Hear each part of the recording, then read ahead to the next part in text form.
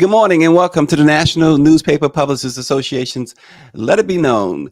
This morning, 6 Mississippi police officers have pleaded guilty to state charges after pleading guilty to federal charges in the torture of 2 Black men. We'll discuss that briefly this morning. And The Blind Side, you remember the movie with Sandra Bullock?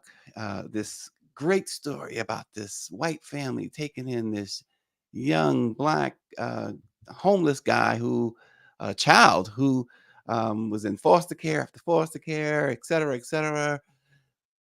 Well, the story, which won an Oscar, turns out may not have been true at all. And what that family is alleged to have done to this Black football player, we'll talk about that as well.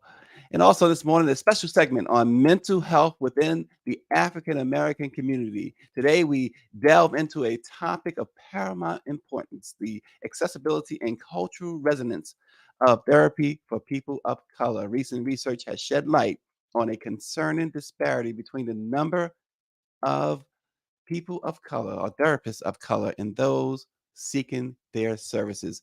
We got 3 experts on this morning to talk about it. But first, let's bring on Sonny. Not Sonny, I'm sorry. Sonny's going to be with us, though, y'all.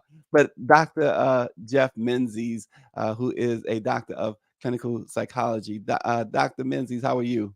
Hey, good morning, man. How you doing, Stacey? Doing good. We decided to start with you first before we bring in our other 2 great panelists this morning, just to go over two really, really, I think, important topics that Yeah. have been in the news of late. Just wanted to get your thoughts on them first and foremost. 5 former deputies from the Rankin County Sheriff's Office and 1 former officer from the Richland Police Department have admitted to federal and now state charges related to a racially motivated attack that occurred in January.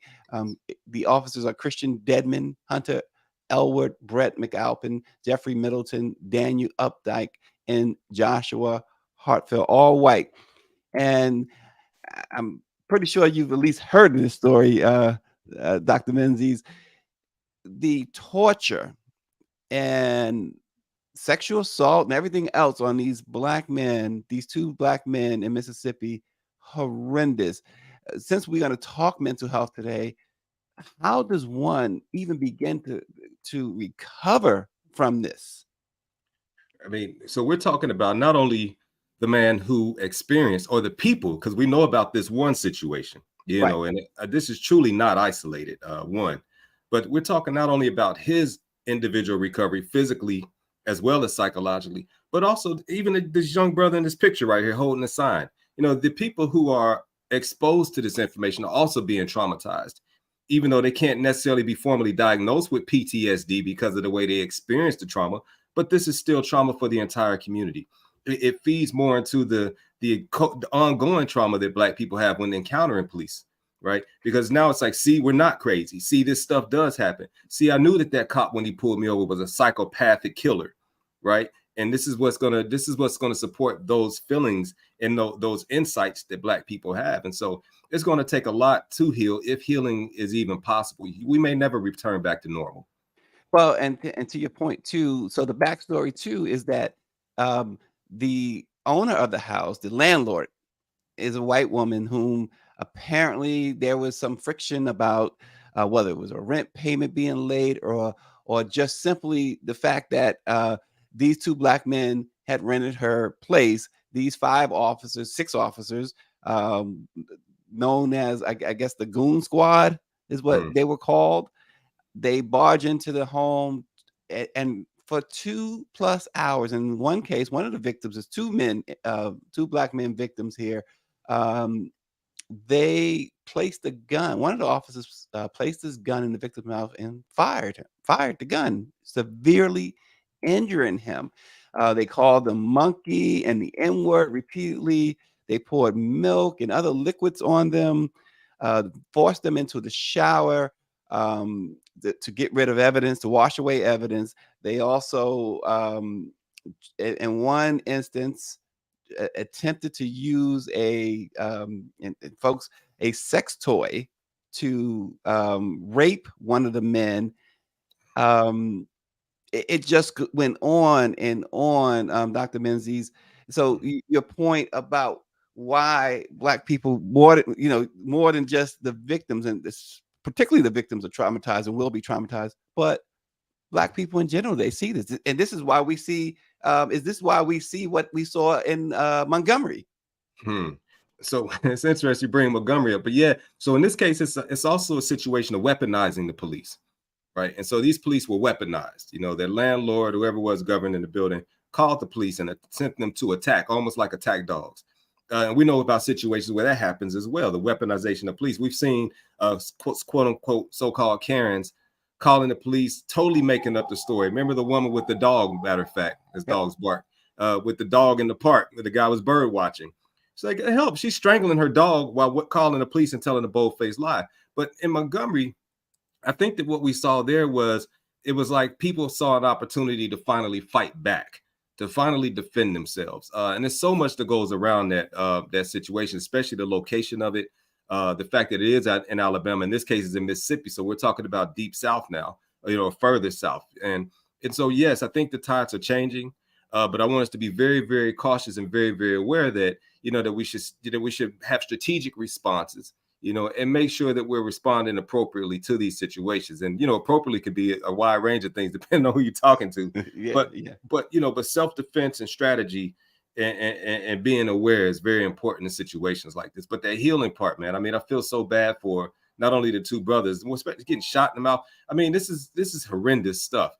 And it's the wildest part to me, maybe not the wildest, but it's wild that this is so common that it just turns into just a kind of like a casual conversation about the situation.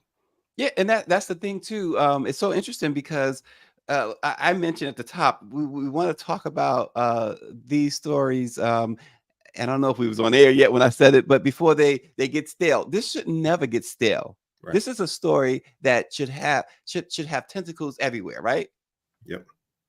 And it should sting. It should sting. You should hear this and your stomach should turn. But I tell you the truth, my stomach didn't turn. And I think that because it's become normalized. We don't want it to go stale, but we also don't want it to normalize either.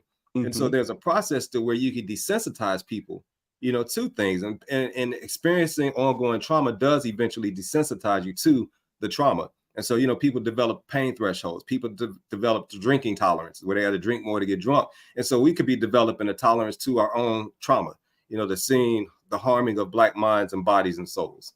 Yeah. And Sonny Etienne joins us as well in the conversation. Sonny, hearing Dr. Jeff talk about this and the trauma behind it. You talk to someone comes to you, Sonny Etienne, with a problem like this. I mean, this is with trauma like this, I should say. What do you say to them? You're on mute, Sonny. Good morning to all. Well, first, I think you want to join with them. You want to validate what they've gone through, because in this country of ours, so many times our stories are not believed. This is a travesty of epic proportions. And so as a clinician, our job is to both confirm what they went through, but moreover is to provide them with the tools to navigate what is a very, very scary times. We know when often these situations occur, there's still this fear that looms over the victim with just what could happen with the police department. There's so much injustice that goes on, within a lot of these local branches. So then you're faced now also with media scrutiny, or just some of the negative rhetoric you hear on social media with those that pretty much are cheering on, these officers. And so for the victims and for those who, as Dr. Menzies pointed out, who are observing this on television sets, it's this reinforcement of this fear that we have as Black men. I think the last time I was on this show, I had alluded to my being stopped by a police officer with the guns to my head. This was just in February. Right. Test driving a car. Test driving, gosh. Test driving a car, So wow. Even Mr. Sonny, we this is my reality. Interestingly enough, and with that incident, the person from the car dealership was asking me, what led to this? And I looked at him and I said, and he said, got you. But all joking aside, though, this is certainly a tragedy. And I think as therapists, mental health providers, our work is in helping persons who go through this, and persons, particularly children who, young Black boys who face this reality. It's to give them the support that they need, and to also, have the quote unquote talk with them, but then again, there are so many times when, sleeping while Black, bird watching while Black, in this case, taking the garbage out while Black, the little kid the other day, so, you feel bad also because I was looking at the article, these officers are pleading guilty, but then there's this concern of, will justice be served? And so Blacks we continue to live with this fear of, is anything ever going to be done about this? Even though these guys have quote unquote pleaded guilty. So I'm sorry, go ahead. Finish your thought. I'm sorry. No, I was just finishing up with just saying that our roles as health providers is to help our patients, moreover, address this anxiety, address this panic, address this PTSD, as Dr. Menzies pointed out, as best we can, and provide them with the tools for how to navigate the fears that they experience very much on a day-to-day basis.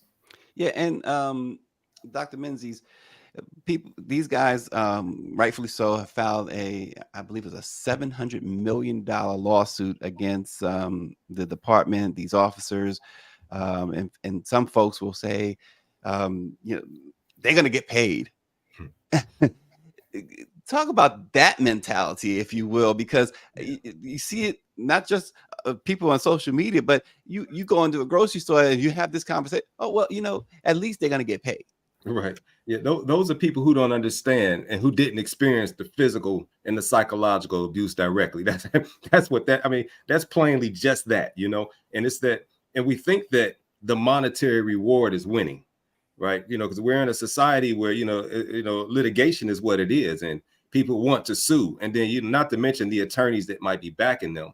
But then also we're reaching for some form of justice, if you will. So like even reparations, a lot of times that conversation is about some type of financial restitution. But at least in that case, there is a financial aspect to it, to where, people have come up greatly financially based on the free labor.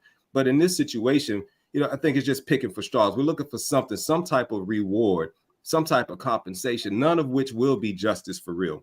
I mean, in this type of situation, Mr. Fuller, when he talks about justice, it's a whole nother ball game. It's like you have to have something equal. And these six, I can't call them people for real. These six ghouls, they call themselves goons. I'll call them ghouls. These six ghouls, what they did was something out of a horror film. It was something out of like Saw or something like that. I mean, the level of torture. And Dr. Joy DeGruy, she said it some years ago in post-traumatic slave syndrome. She said that back in the day when we were plantation prisoners, I'm paraphrasing, of course, that these sick, like literally sick, mentally sick and maniacal and demonic people had the opportunity to do any and everything they wanted to us because we were their prisoners and there was no oversight. And she says now these same people, they still exist. She says they're on the internet now, but they're also in police uniform. They're also in hospital rooms doing surgery. These people still have this sickness of racism in them. And I'm not saying, I'm not excusing it with sickness, but the manifestation of it is very sick. Yeah. And they are in these positions of power, in these positions of influence to where they can do these things oftentimes unchecked and oftentimes without justice visiting them in the right way. Well, and a couple quick things on this. Power 96, he's right. He corrected me, not 700 million, but $400 million in the lawsuit is the lawsuit. And he says, how can you shoot someone in the mouth and not be charged with attempted murder? And again, it goes back to your point about justice. They always say ladies first. In this case, we didn't have the lady first, but the lady is always the most powerful, especially when you talk about a Black woman, and a Black woman with a voice like Faye McCray. Faye, who is a health and wellness journalist, how do we record this type of violence as journalists and record as a mental health? Yeah, that's a good question. And I just want to hook into the point about justice here. Although we can't put a monetary value on what happened and we can't use that to appease it, we are seeing some form of justice here. I mean, we got to see them cuffed. This wasn't a luxury for our ancestors when they were victimized. And I think that that's sort of the role that we see of journalism in these spaces is, look, they're on our TV screens now, they're in our newspapers, and there's shame associated with this behavior. So yes, there's trauma, but I think that we can also craft how we narrate the story. They are ghouls, they are goons. This was atrocious. It was hard to read, even just learning about what happened to these men, these victims, Michael Corey Jenkins and Eddie Terrell Parker. So I think it's really incumbent upon us to cover it as such, and continue to talk about this for what it was. And these were criminals. Yeah, absolutely. Faye, also, we're both journalists who chronicle things like this. What toll might it take on a journalist, a Black journalist who is chronicling this constant police brutality, white supremacy? It just goes on and on. What toll does it take on a Black journalist? Yeah, I mean, that's such a great question. And I think it's one that we all probably confront on a regular basis. Sometimes you have to close that computer screen and just take a moment to process. This is not a us and them thing. Oftentimes it's us that we're covering. It's us that we're talking about. And it's really important to make space for that as journalists, that, this isn't, something that we can write about as distant third parties. These are our communities that we're talking about. And we have to make space for the trauma and the toll that it takes on us as well. And at the same time, we expect it to remain fair and balanced, right? Right. Yeah, absolutely. And how is that possible at the time? You can tell by how upset I was about this story in particular. Look, I've been writing and talking about it on this program about the trials, the indictments of Donald Trump, and going through those things and recognizing, because as journalists, you just don't, at least most of us, we just don't take the surface, right? We try to go beneath the surface and find out other things. And the more we dig, the more stomach turning some of the things we find about the former president. But we got to remain somehow. How do you do it, Faye? Because I can't talk about how I do it. It's not about me. You're the guest. How do you do it? How do you remain fair and balanced? Yeah, I make space for strong POVs within all the publications that I've worked in. I've said, look, we need to get this voice here. There's room for balance, but there's also room for strong points of view on things. And for me, that's also important as a journalist to highlight those points of view.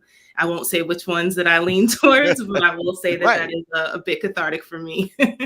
Well, I tell you, I will say this much: what I have done, and speaking of covering the ex-president, and you can go on blackpressusa.com or WashingtonInformer.com or many of our Los Angeles Central other papers and see my reporting on this. I'm always sure to, in every article about the ex-president, Dr. Menzies and Sonny, I mentioned that he was twice impeached. I always mention that. Mm-hmm. You will always see that in my articles about him. He was twice impeached. I mentioned now every time I write about him, 4 times indicted, and also the fact that a civil jury convicted him or found him liable for sexual assault. All of that, because I think it's important. People say, you just can't. It's the same thing over and over again, but you got to remind people, because we have short memories today. Mm-hmm. So I think it's important to remind people of that. And maybe some might think that is not fair and balanced, Faye. Is that not fair and balanced? No, those are the facts, right? Those are the facts. Those are the facts. Well, listen, while we got all of you together, and before we get into the topic of the day, I did also want to mention The Blind Side. Retired NFL star Michael O'Hare, whose supposed adoption out of grinding poverty by a wealthy white family, of course, was immortalized in the 2009 film The Blind Side. He petitioned a Tennessee court this week with allegations that a central element of that story was a lie concocted by the family to enrich itself at his expense. The 14-page petition filed in Shelby County, Tennessee probate court alleges that Sean and Leanne Tui, who took Oher into their home as a high school student, never adopted him. Instead, less than 3 months after he turned 18 in 2004. The petition says that the couple tricked him into signing a document making them his conservators, which gave them legal authority to make business deals in his name. The petition further alleges that the family used their power as conservators to strike a deal that paid them and their 2 birth children millions of dollars in royalties from the Oscar-winning film that earned more than $300 million, while he got nothing for a story that, quote, would not have existed without him. This is wow. When I saw this, when this broke, and again, I'm going to start first with Faye because she's a journalist, and then we'll go to the professionals. But Faye, seeing this, and we're talking about trauma, how do you reconcile this? Yeah, just frankly, I don't know not one Black person that didn't side-eye that movie when it came out. It was the white savior, it was the magical Negro. I mean, there was just a lot of problematic themes in that movie. So, honestly, I wasn't surprised, when I heard about this. And then when you read more about Michael Orr's story, I mean, he was a ward of the state in Tennessee at the age of 11. He was homeless as a child. This family came to him just as he was about to enter his senior year, and said, we're going to adopt you. I mean, he was vulnerable. He was in a vulnerable position, when they came to him. I'm a mom of a son who's entering his junior year. They don't know a lot at that age. So to expect him to understand what he was signing and what he was getting into when they were promising him the world, it is really sort of ridiculous. So, not at all surprised by this story. Of course, there's a certain degree of impartiality that as we witness and watch this all play out. But, again, not surprised. So, Dr. Menzies, so Michael discovered this lie and embarrassment, according to his attorney, this past February when he learned that the conservatorship to which he consented on the basis that doing so would make him a member of this family, in fact, provided him no familial relationship with that family. I think Faye broke it down, but again, we're talking a lot about mental health this morning. Yeah. This is devastating to this. It has to be devastating to this young man. He's 37 years old now. He's had an 8-year NFL career, but still must be devastating. Yeah, they psychologically manipulated him. I mean, as the story reads now, to understand his level of vulnerability, during that period of time, and to basically dangle exactly what they knew he needed the most, which is some type of family to feel stable. I did a lot of my clinical training in foster care and adoptive care services, so this is the population that I clinically trained with. And again, one of the deepest and most persistent desires that a person in that situation has is to be reunited with their biological family. And if not them, then to have a sense of families in one way or another. And so to dangle that in front of this young man and to allegedly psychologically manipulate him into signing, over basically his rights as his person, is one of the cruelest things that you can do psychologically to a person. And another part of me wants to know, what was the background conversation? Was there somebody advising this family to say, hey, we got this young man here. He's big, he's strong, he's a heck of a football player, he's going pro. You want to slide in right now and basically take this guy's life over so that you can manipulate a benefit. It sounds like a slave deal to me, right? And Dr. Wimbush calls them super slaves in his book, The Warrior Method. But it sounds like somebody was on a plantation and this silent auction took place. And this family stepped up, did what they had to do to gain the benefit and access to this person's life to manipulate it to their own wealth generation. Sonny, they of course they did the movie. It got so much attention, acclaim. $300 million. They won. Sandra Bullock won an Academy Award for it. They did a couple of books about this. When you look at that, when you look at the paper trail here, it seems to lead to just one thing and I think Dr. Menzies just articulated. It seems to mean that leads to the fact that they took this kid in. It was somebody perhaps behind this and said, we can make money off this kid. Well, yeah, it's sad, but it's pretty much something that, as Dr. Menzies alluded to, when you work with children that are in the foster care system, children that have been adopted or taken in by family members, there's the question of what's the incentive? What's the motivation? What's the intentions behind why they're doing this good act? I remember as a kid growing up watching Different Strokes, I always used to question, why did Mr. Drummond take in those two boys, the Jackson brothers? Mm-hmm.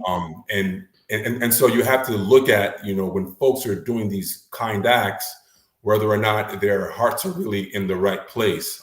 Clearly in this case, a very sad case, sad, but not really surprising. It's that, these children get exploited. A lot of these children in these vulnerable situations, damaged children, some of the toughest populations I've worked with are children who, come from these broken homes, who are then, taken in by these families who don't feel loved. But in a case like this, not only am I being taken in, but I'm being taken advantage of. And it's really, really, really saddening to hear and to learn that, this story is coming out now after all these years, when, this story this film was a blockbuster. I remember watching the NFL Network. It was on loop all the time, all the time. This particular story. Yeah. I think he became one of the highest paid left tackles at that point. So, but now you're looking at it in hindsight and you're saying to yourself, like questioning the emancipators. Wow. And he mentioned, Dr. Menzies, Sonny mentioned Different Strokes. And of course, many might remember, if you're old enough anyway to remember, I thought about that too, even at my young age at that time. Why is it that they had to be taken in by this white guy? Yeah, it's that white savior thing, it's the, I got to come and save these poor black boys. Because if you remember, at the same time, Sally Struthers was making those commercials about the starving African children too, and so it was all about this white savior mentality. And some say it could have been motivated by white guilt, which might have been a part of it. But another part of it is also to manipulate the psychology of people. The media, a lot of us have media, whether we're just appearing on media platforms or we're actually, contributors and producers of media. We have a very powerful influence over the minds of people. We are able to steer, as you say, the narrative and steer the conversation in directions that we want it to go. And so when you start talking about these mega machines, these mega institutions, you can literally rewrite a culture through the media. And if you have the same, as we asked Florida, you can have the same narrative going enough times and from enough different angles, in 20 years, the story will be what you wrote it to be and not exactly what it was for real. And so I think that, stories like Different Strokes, stories like, getting blindsided by the blind side. I mean, all of these different stories are there to, one, even soften the blow of what racists and white supremacists have done to black people. Say, no, we've always been altruistic. So then when you juxtapose stories of slave plantations, and white slave masters having non-white children, from raping African women, now it turns into, no, that was Mr. Drummond. That wasn't a bad thing. And that's why I love Jordan Peele's Get Out, because he took that same story and he put a serious spin to that. Said, no. It wasn't altruism. It wasn't love.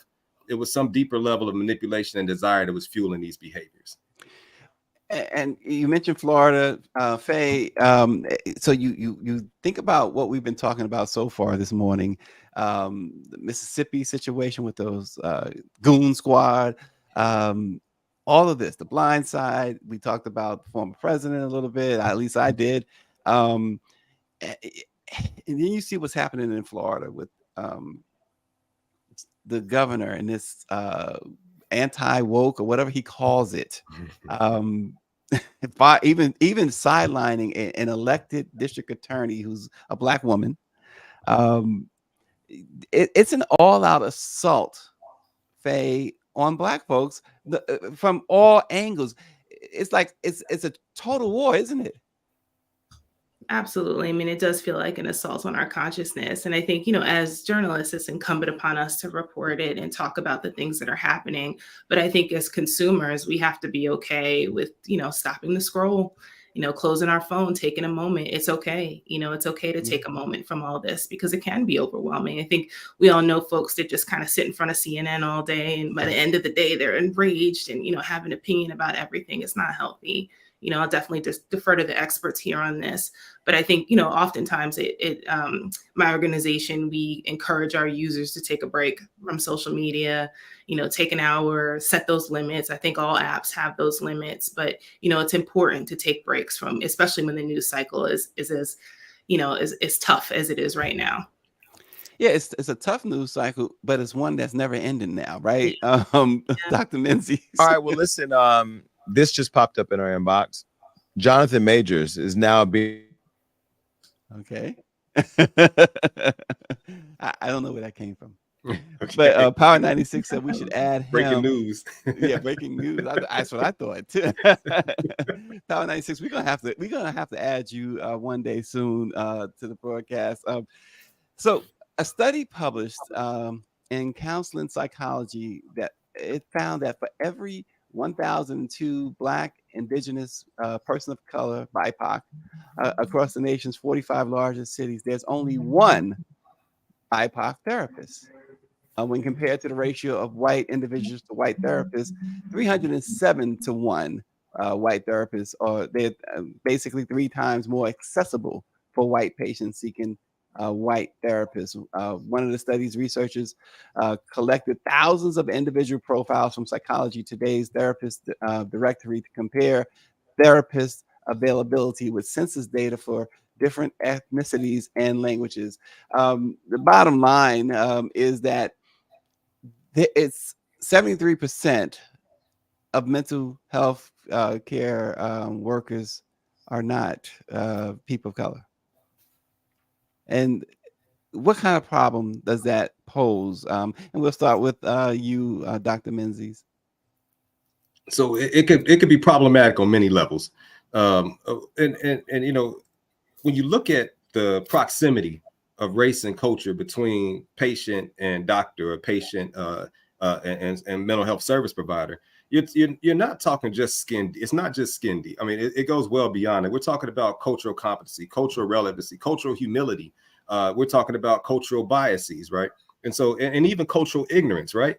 And so when you have a mental health practitioner, because we're basically talking about a person's experience of reality, right? We're talking about how a person perceives reality and how a person has to navigate reality, you know. And so when Sonny was at the car dealership, for example, you know, if he took that to a therapist and said, you know, I test driving the vehicle, got pulled over, you know, I mean, I was nervous, I was afraid. It's like, wow, you know, somebody who doesn't understand the culture within which he exists and his racial identity as it's perceived by others would say, well, I mean, it was just a traffic stop. Why were you so nervous? Why were you so paranoid? It would be a question about that. But somebody, if he came to me, I'd be like, just like he looked at the guy, he said, right, I understood it already, you know, because again, he has trauma points that exist just by virtue of the fact that he exists in this period of time. And so it's not like he's starting at a level baseline, right? It's not like he's, you know, we are starting at 0. We're starting at 15 on a 20 scale already, to where we're going to be hypersensitive. We're going to be hypervigilant. And we can't really depend on people who don't exist within this reality to totally understand that. And it's more important, I think it's probably the most important in the field of mental health service provision, to have that understanding and to have that awareness. And not only that, but to keep it at the forefront of your mind when you're assessing or diagnosing as well as treating people. And I did want to, I'll talk about it, hopefully we get a chance to, but I want to talk about some of the limitations in this study as well, because, you know, what you were just showing right there, you know, it says these are by, you know, by ethnicity served. And so I've gone through Psychology Today's publication and looked at the service providers. These don't necessarily mean that these people are of the ethnicities that they serve. You know, I could be a white guy and say I serve Native Americans because I took a course, you know, I've got this online certificate. So it doesn't mean that they are themselves Black either. Oh, yeah. How about And that? And part of it. And Sonny, in your journey, could you share an instance where your own background and experiences have uniquely benefited someone, making them feel seen and validated in their struggles? Well, certain. I mean, any given call that I'll get, one of the questions asked by the caller is, sometimes they're awkward. They feel really too forward in asking, but they'll say, do you happen to be Black? And so often I have to verify to them, yes, I'm pretty chocolate, you know. And they're asking that question because that's how relevant, you know, this research is, because it's showing that, you know, there is this huge disparity, and it's pretty clear, as Dr. Menzies alluded to, that you want to go speak with someone that can somehow identify with you. Just take these 2 victims of this horrific police monstrosity up in Mississippi. Like, who who do they sit before? You know, are they going to sit, you know, in front of someone that doesn't identify or relate to their experience? They'll feel alienated. If not anything, they'll feel unheard. Hence, services won't be as effective. So the importance of cultural competency and being able to have that commonality is central. And so with a research study like this, I live it. I see it all the time when, you know, a lot of parents, particularly, they're looking for, you know, persons of color to be able to treat their children, because they just know the role that, yes, we're therapists, but they know that we can also play other roles in this young person's life, such as a mentor, such as like a big brother. We're viewed as much more than just some clinician. Yeah. Wow. And Faye, it's been pointed out the challenge of finding Black male therapists. How can we work towards breaking down the barriers that prevent more Black men from entering the field of mental health, and what positive impact would increase representation would increased representation have on our community? Yeah, I mean, I think access and visibility, you know, for sure. If you look at the concentration of where you're more likely to find therapists of color, it's in communities where there are large populations of communities of color, which is great to hear, you know, that we're learning about these fields and we're entering them. But, you know, I do think that the problem is multi-layered. I know as a journalist, I face lots of limitations in finding studies that really talk about what are the unique ways that symptoms present themselves in our communities. I mean, it's really incumbent upon every healthcare provider to be able to recognize the unique needs of unique demographics, right? We're underrepresented in clinical trials. I mean, so I think the problem is layered. It's not just access, you know, it's research, it's also affordability. You know, we're largely uninsured, and therapy is expensive, and we don't want it to be something that is unique for the wealthy or upper middle class. So there are lots of ways I think that we can look at this and impact the therapy services that we absolutely need as communities of color. Yeah. Dr. Menzies, what systemic changes need to be implemented to create a more balanced and accessible mental health support system for Black communities in particular? Great question, man. I was at the Congressional Black Caucus Institute down in Mississippi a couple years back, and and there was some Congress men and women who were speaking about the money that they had given to HBCUs, how they support, including Morgan, where I'm at, and so when you looked at that, you said, okay, wow, this is great. And so what I did is I said we need to earmark that money, because we were talking about mental health. I said let's earmark some of those monies to provide scholarships and support for students who are going into the mental health profession. Let's encourage people to come in as psychology majors, social work majors, counseling majors, and then support them going through grad school and support them through the licensure process so that we can increase these numbers, and I think that would be something that we would definitely see a turnaround, but also to support organizations that are doing this work, like the Association of Black Psychologists, for example. So it had the people in the Counseling Psychology magazine looked at ABPSI's listing of service providers on their website. They would have saw almost 100%, African-American or Black identifying providers, right? And I don't know if they were not everybody cross registers or cross lists. So you might have people on ABPSI's list that aren't on Psychology Today's list. Boris Lawrence Henson Foundation, Taraji P. Henson's foundation. I'm part of the clinical advisory board.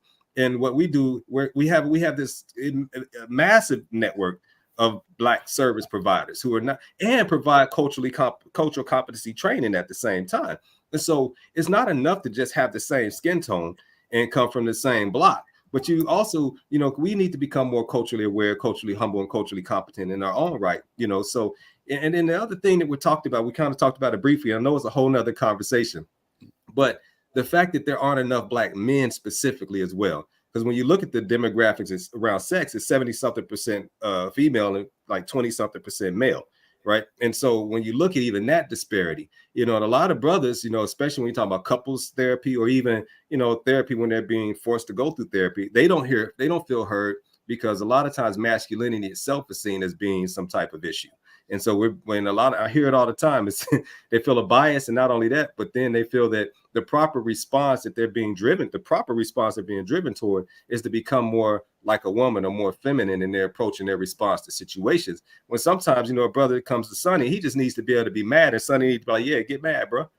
Yeah, let that go, bro. Yeah, you should be mad, as opposed to softening it up and making it more of a sense and a more subtle emotion expression. If I can hook into that for For just sure. a moment, because I think we can't undervalue too the work of community organizations. I know there's a great organization called Beam in LA, and they go out to barbershops and they train barbers to recognize symptoms and be able to give resourcing. So I think there's some really fantastic ways that communities are stepping into to fill the gaps. And that same point, just really quickly, Dr. Faye and Billy Shaka, she has a program called Psychotherapy. We went to Howard together, and she's a phenomenal sister. She has Ma'at Psychological Services, and she does exactly that in the beauty salon. She actually has a certification program for hair care providers. I just did a workshop last week at a barbershop in Cincinnati. We called, Shop Talk. Brothers, how y'all feeling? Awesome. We had a teamed up with the Black Nurses Association, the Greater Cincinnati, and they did blood pressure readings, and we're over there having shop talk, getting haircuts and talk about blood pressure and natural ways to respond to stress and all that stuff. So you're absolutely right. I mean, there are phenomenal people out here doing the work. We just don't get the spotlight, a lot of times. Yeah. Yeah, Good stuff. absolutely. And Sonny, in the study, Dr. Dana Crawford mentioned the concept of counter-transference. Oh, yeah, Can you provide more insight into how this phenomenon affects the therapeutic relationships, especially when cultural nuances are involved? Well, yeah, I mean, this is where, as all therapists are taught, check yourself at the door. The therapist has to go into, treatment of persons, as unbiased as they can. Of course, we all hold bias, but that objectivity is so necessary. But moreover, this has to do with, check yourself before you wreck yourself. Because if the therapist is treating a person and they haven't resolved internal issues with themselves, then countertransference is very likely to occur. So therapists are trained. You're trained, but then of course you have to hold yourself personally to a moral code and moreover ethically, to perform the duty, which is to do no harm.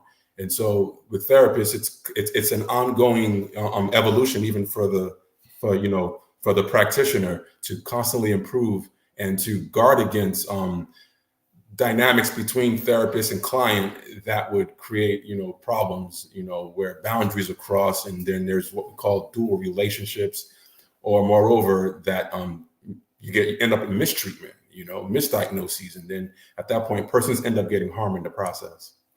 So, and any of you can respond to this. Mike V writes in that the problematizing of Black masculinity impacts the social development of Black men within the community. Yeah, it absolutely does. There's no question about that. We have this thing, hyper masculinity, toxic masculinity, masculine masculinity. We got all these, and we got all these adjectives to negatively describe masculinity. We've never stepped back and said, well, who's making these definitions? Why is it that we would have to turn down masculinity? What would that actually do? And the answer to that is it will leave our communities even more vulnerable. There's that famous study that story about the elephants in the in Southern African Game Reserve. So when they were trying to transport elephants, they couldn't transfer the adult male elephants because they were too heavy. So they took the women and the children, or the female and the baby elephants, to another game reserve. Well, those teenage male elephants, they started going into must. It's when they're hormones, it's like their puberty. And when there's not an adult male around, it goes unchecked. And so they were like fighting, killing rhinos. We don't know rhinos, but they was damaging property, killing other animals. And they realized it was because the adult male was no longer present, because an adult male is present, that must instantly cuts off in the teenagers. So they literally they fall in line like a black father, a black mother's gaze. It's like, and it just shuts it off immediately. And so, you could use that and say, okay, that can be applicable to our communities as well. When you don't have masculine men, or when you have men who are tiptoeing on what's masculinity, you can't be too authoritative. You can't be too directive, because that's controlling. That's insecure. That's all these other negative things. And reality is protective. And so they would rather for us to not have that protective aspect in our homes and in our communities. So then our children and our families are subjected to external influences, all of which have demonstrated themselves to be against our best interest. And it's been proven to be the case. Faye McCray, how do you write about something like this?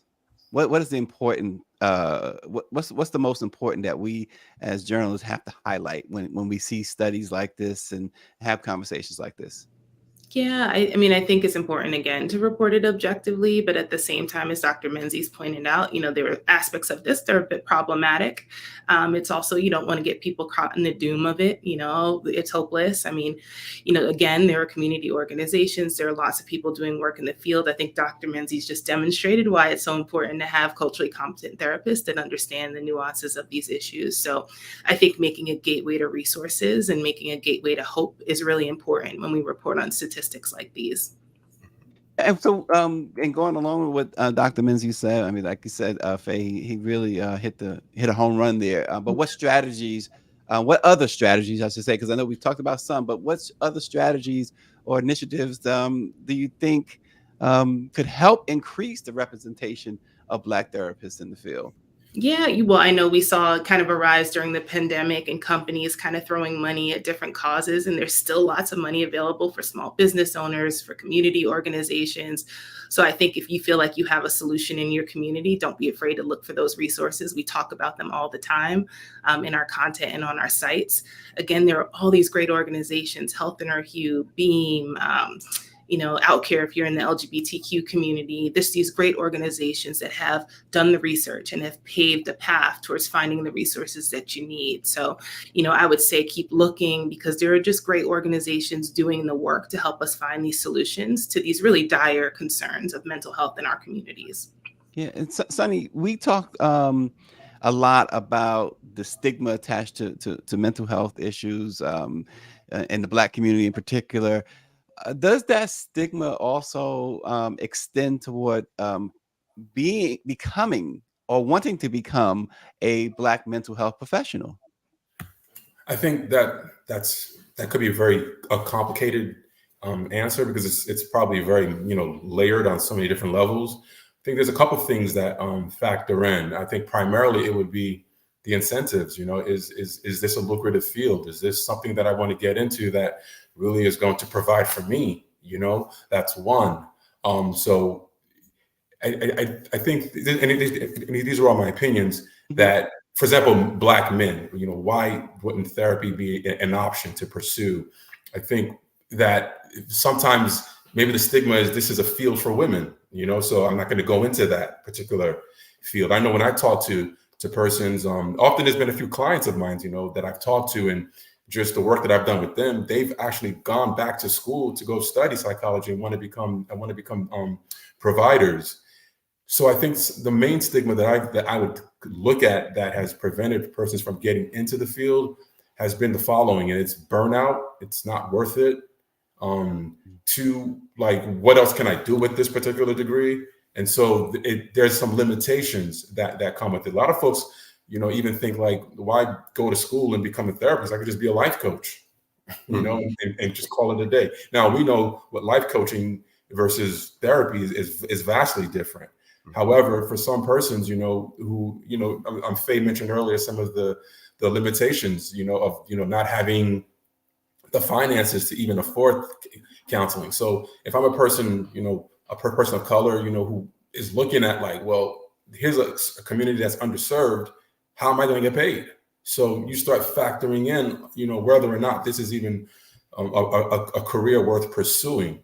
So in terms of how we can increase the allure to our field, I think it might have to start as early as the middle school levels of trying to attract young people and showing the need for service, not just compensation, but how this speaks now to a more existential development of a young person, if not a college student. Do you want to give back? And therapy, I know, is a very rewarding career, both in terms of if you can find creative ways to make a good living for yourself, but also how you can be versatile even within it, and find various ways to still take care of yourself. But more than that, this is a Mr. Sonny thing, is you're giving back, you're helping people. I mean, sometimes I even tell people, the one title I've always liked when I was, first learning about the field was the term helper. At the end of the day, we could use all the titles. We're just helpers. And so I think even as early as middle school, we can start to lure young people into the field. As far as young men, a lot of guys want to mentor and want to help other people. You know, you help other young men, Black men, for example. Well, here's an avenue through which you can do that. And again, we can start earlier. Now, how does that work? Some of the associations that are that can make it a priority of theirs to really start to recruit and start to make it that much more advertised to young people. You know, this would mean persons such as myself, Dr. Menzies, to partner with different organizations that may not necessarily be programs that are geared towards just mental health, but just mentorship programs, how we can then start to become, if you will, recruiters on some level of bringing in these young guys and making them feel that not only is there room for you to, you know, explore success, but also you can really make a big difference, you know, in the world, and know that you lived a life that was very meaningful through the work that you did as a mental health provider. Yeah, we've been talking a lot about Black men with Faye nowadays, especially perhaps historically, but we see even more and more now where Black women are being attacked left and right. They are being traumatized. They are being body shamed. They are being shamed this way, that way. They're being politicians are attacking them. Can you talk a little bit about the importance for Black women and Black girls and they're having perhaps Black women therapists? Yeah, I mean, it can't, be underestimated. Just personally, I was sitting with a girlfriend the other day and she was asking me, she has 2 young boys, and she asked me, when was that first time that she felt like the world was dangerous, or that I felt like the world was dangerous for my sons? We both shared, stories about just seeing the way people look at our sons and the toll that it takes on us as women. There's this kind of reclaiming right now for Black women of the soft life and like letting down our guard as strong Black women, and I think it's really, incumbent and very important, on mental health professionals to really understand the nuance of living in this world as a Black woman and understanding those unique needs. I saw a couple of great articles that we did at Psych Central flash across the screen of some fantastic women just doing some great things to help us kind of outside of the realms of just Western medicine and being able to find a therapist, but really find community and address some of these issues and talk about the things that we experience uniquely. But yeah, I mean, it's important. It's important from our bodies to our parenting, to our womanhood. I mean, there is kind of a constant assault on who we are. And it's important that, we are able to address what it's like to live in this world with that lens. And again, there's just some fantastic folks just doing the work and really committed to researching and finding solutions for these issues that uniquely impact us. So, and Dr. Menzies, finally, just underscore for us, if you will, why this conversation is important, that having Black therapists, particularly as the studies highlighting, seem to have zeroed in, or at least we zeroed in on Black males in particular. Can you just underscore the importance of this? Yeah, this conversation is necessary because there are people who are clueless about the disparities that exist along racial lines. I mean, even those of us that's going through training in school, I teach on the college level. And one of the first things I do, especially in my theories of personality classes, I show the image from the textbook and say, tell me about these therapists or these theorists that we're going to cover. Every last one of them is white. The majority of them would be considered old, and the other is that they're all but one man. And so it becomes this idea that this is a old white man's profession, and that they're the only ones that can do this, and this is something for them. And so I think conversation like this allows us to expand and dispel that myth, right? And to show that no, it's not a stale discipline. It's not something where you're going to be bored or broke doing it, but you can have swag in this world of mental health profession, right? And it can be very lucrative for you. And the way that I pitch it to younger people is like, hey, who wouldn't want to master human beingness, right? I don't care what else you do in this world. You study psychology, you're studying human beingness. And that puts you as a master of yourself and potentially be able to help others through your own self-mastery.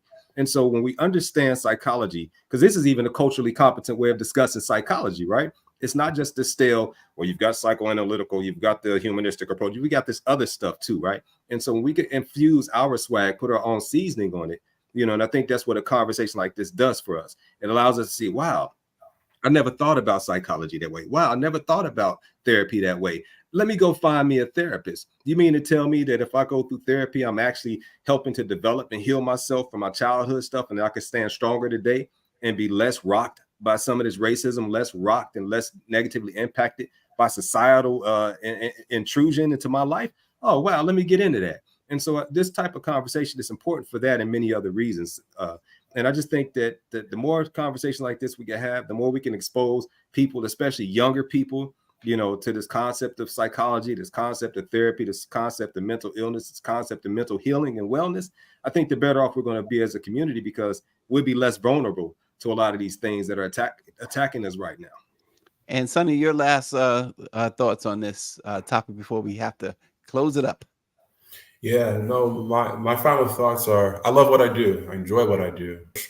So much more of folks that look like me to join me in this fight, in this struggle. The topic we covered earlier with these two men in Mississippi is not an isolated incident. We're hurting. We've been hurting and we need healing. And so we want more healers. We want more helpers to join us in this fight, in this struggle. And to Dr. Menzies' point, come all. We can take who we are. We could hip hop this thing. We can soul this thing. We can put some seasoning on this thing. And I think we can transform, this particular profession the way we've transformed so many other sectors and disciplines by making it our own thing. So in the words of Heavy D, we got our own thing. Sonny gave us some music and seasoning. So now I'm hungry. I want to listen to some music. Faye McCray, your final thought on this topic for this morning. Let's just keep talking about it. Let's keep being loud. Let's keep being widespread. This isn't just our problem to solve. You know, this is an American problem. This is a U.S. problem. So let's just keep talking about it as loud as we can. Yeah, Faye McCray, a health and wellness journalist. Sonny Etienne, a psychotherapist at Introspective LLC. And of course, Jeff Menzies, a doctor of clinical psychology. We appreciate all of you. And thanks for this valuable conversation this morning. And thank you all for watching. We'll see you again tomorrow.